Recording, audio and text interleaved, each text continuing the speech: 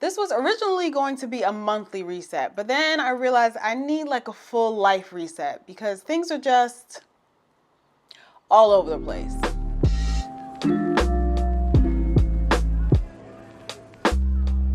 And my mind feels all over the place too. So let's just knock this all out together, shall we? All right, so my monthly routine is very essential to my life. Oh, let me back up. I'm Kim. Thank you for clicking on today's video. I appreciate you and welcome. Like I was saying, my monthly reset is pretty much essential to my life, you know, keeping things together. So at the start of each month, I do a check-in on all those areas that are important, like financial goals, personal development, health goals, assessing current projects and project sprints.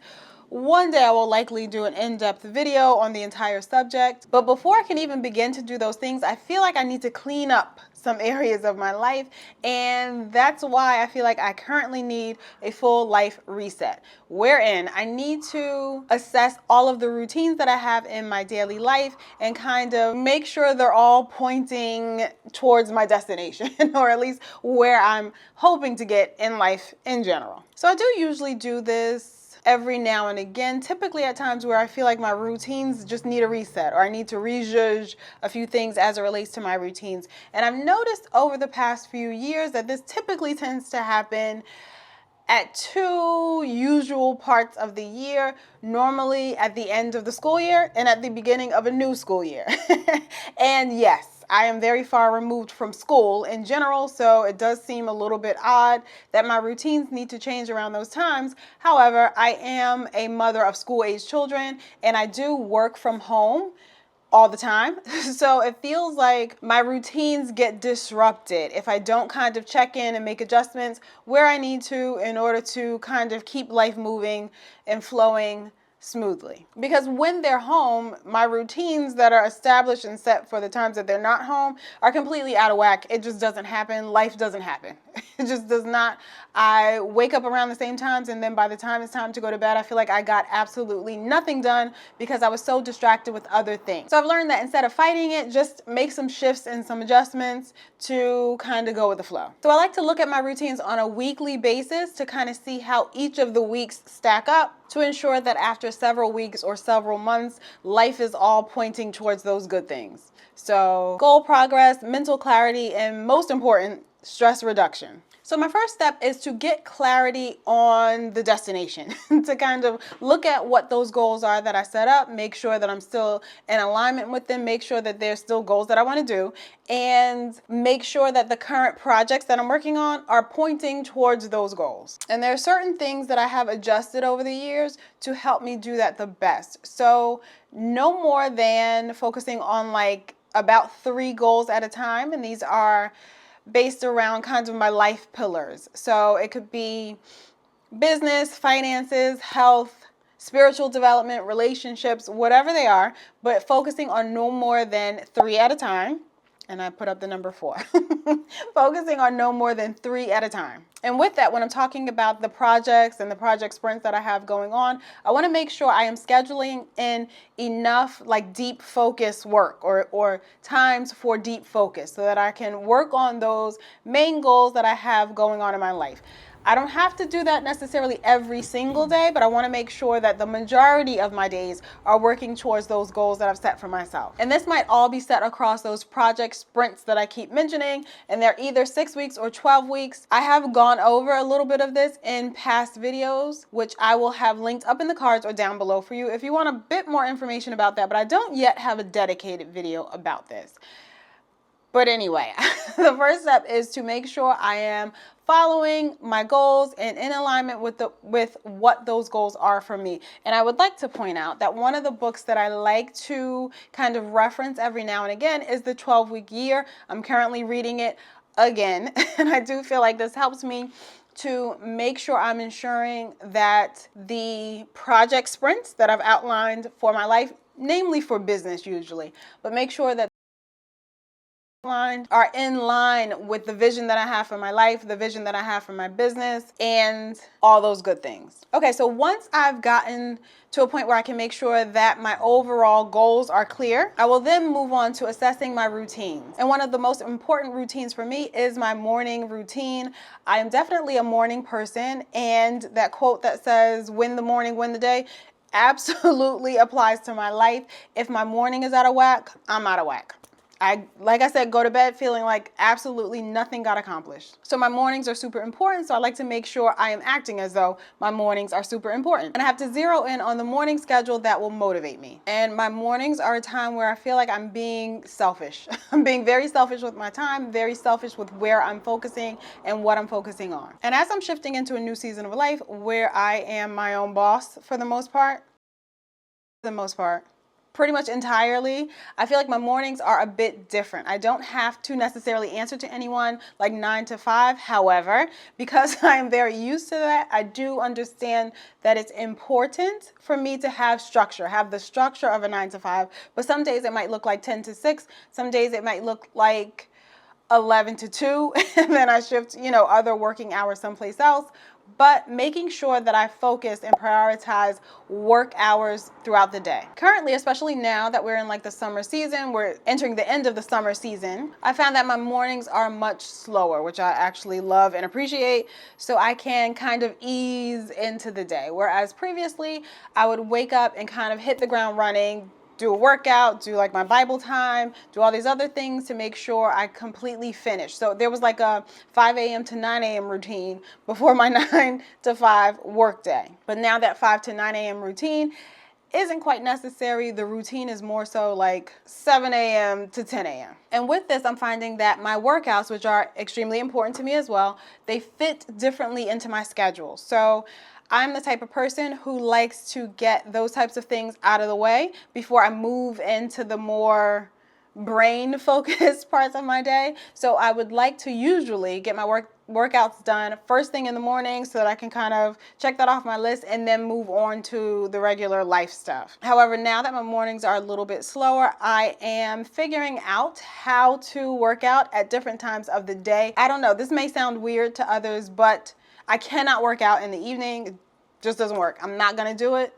I will talk myself out of it. And that's a large part of me working out earlier in the day. It's kind of like I do it before my brain has a chance to think about it. Before my brain can talk me out of doing it, I just get up and go and work out. So now that I've shifted my days a little bit differently, I will focus that deep work earlier in the morning because my brain functions a little bit better earlier. So I'll do that deep focus work, then I'll take a break, work out, and then I can shift into the kind of work that doesn't take a lot of my brain power. So a little bit more mindless work. So maybe responding to regular emails or doing a few admin type of tasks. I can do that later on in the afternoon after I've done my workout, like midday. And the third category does go along with those morning routines or that morning routine. Since I am taking a slower approach to the day, I find that putting in that personal development or personal enrichment kind of time in the morning also feels good right now. So I will take some time to read books like this one during the morning hours. I don't do that in the evening because I feel like this is more educational, like something that's a little bit more of a learning-based pursuit. So my brain works best to do that in the morning. So that goes along with my slower morning routines, and I do fit in a bit of time to read books like personal development or business or finances or educational books of any kind. I'll do that in the morning. And I've taken to calling that my morning library. And I also have an evening library, which I will likely do a video about again, maybe upcoming. But I do find that it helps me to read a lot more. And it also helps me to focus in on why I'm reading, what I'm reading. So that's part of that personal enrichment that during this life reset, I am making sure to inject into every day. The fourth thing that I noticed with this life reset that I need is to set a few of those life areas on autopilot. I'm a mom, I'm a wife, I am a business owner, I am many things. So I wear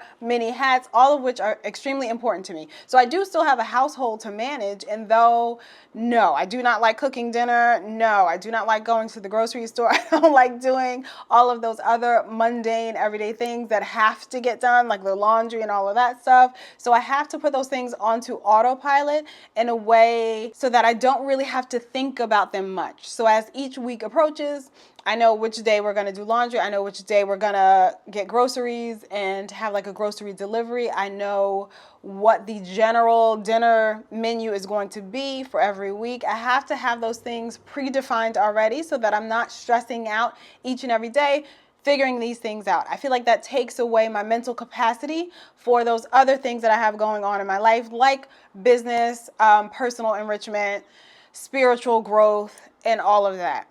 As long as I have the life portion of it, so like those everyday areas that I explained, on autopilot and set to function on their own, I can do everything else to the best of my ability. And that is where my companion planner comes in. I'm actually in the middle of revamping it, but I do have previous videos all about my companion planner and how it's kind of like a reference library, and it helps me manage my home and finances and all of that. And I will link that for you if you're interested in watching a bit more about that as well. The next topic, and I feel like this might be the fifth in the list, is self-care. I like to make sure I am focusing on self-care. I need to do that. I need to focus on time for me in order to be best in all the other areas of my life. So I have found that I need to actually schedule it into my calendar. I literally schedule it all. I schedule when my hair is getting done, when my nails getting done, schedule when I'm waxing. I schedule all of the things. And also those things that I do at home, like a detox bath or a facial or all these other things,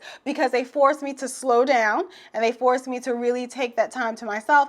And like I said about the morning routine, it forces me to be a bit selfish about my time. I have to pour into myself before I can do all those other things in life. As I explained in a previous time blocking video, I do like to, for instance, if there have been like a week or 2, 3 weeks where it feels like I'm working a whole lot of hours, I do like to make sure I schedule in some downtime, some of that buffer time where my schedule and my calendar looks like I have nothing going on, because that is literally what I need for a mental reset. And I've also adopted the habit of pre-planning full days where I'm just going to have a Kim day. I used to do this a while ago, and I think I've gotten away from it, but now it's time to bring them back. The Kim day could be walking around the mall. The Kim day could be going to Target on a leisurely stroll. The Kim day could be going to the spa. Anything I want to do. I need to schedule those times into my calendar before I feel like I actually need them. So like before I'm feeling burnt out or like a live wire and my mind is going to explode, before those times I need to schedule in those Kim days so that I can reset, refocus, and just do what I want to do. And sometimes during those times, since I'm now like a business owner and I set my own schedule, I will schedule in staycations. So like taking a day off or taking time off doesn't require me to be traveling someplace. It could be me staying home. So that's exactly how I treat it, as a bit of a staycation, and I will organize with my husband, you should take this day off too so that we can hang out together and we can both enjoy the fruits of that kind of staycation mentality. All right, I think I'm on the 6th, and this one is my evening routines. So making sure that I have an evening routine, which I have not been good about lately, actually probably like over the past couple of years. I haven't been good about focusing on establishing an actual evening routine, but now I want to be better at it. Now I'm realizing that I need that relaxation time built into every single day, and that helps me to reduce stress, to kind of manage the stresses of everyday life. I am getting older, I am not getting younger, so I need to make sure I'm managing my stress well, because that affects every other facet in our health, in our minds, and our brains. So I want to make sure I'm doing that. And my evening routine does consist of my evening library. Like I talked about my morning library, there's an alternate evening library. So I do factor in that time to just sit with a good book, mindlessly read. Reading isn't quite mindless, but just to read for a little while, let my imagination do what it does, get lost in a story, and that I find is relaxing. And as part of that routine, I will also, I guess before the evening kind of gets there, once the end of the workday hits, I'll write down all of my tasks for the following day so that that isn't on my mind. I'm not thinking about what I need to do tomorrow.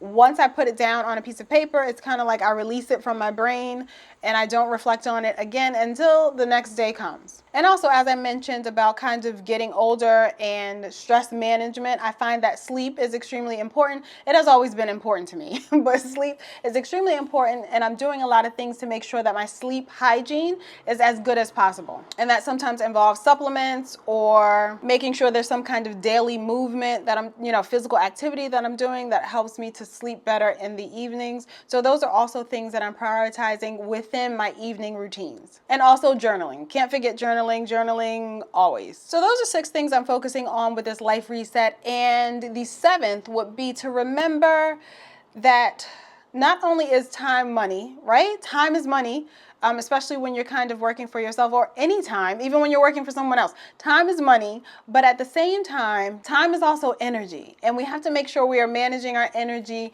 well. I feel like that is paramount in feeling like I am doing this life reset properly, or this routine reset properly, making sure I'm managing my energy well, making sure I'm giving myself grace on those days that I have lower energy, but also knowing what I can get accomplished on those low energy days versus those high energy days, so that I don't feel like any time is wasted. So I don't feel like any day is wasted, because let's be honest, none of us have time to waste. I don't, I'm pretty sure you don't.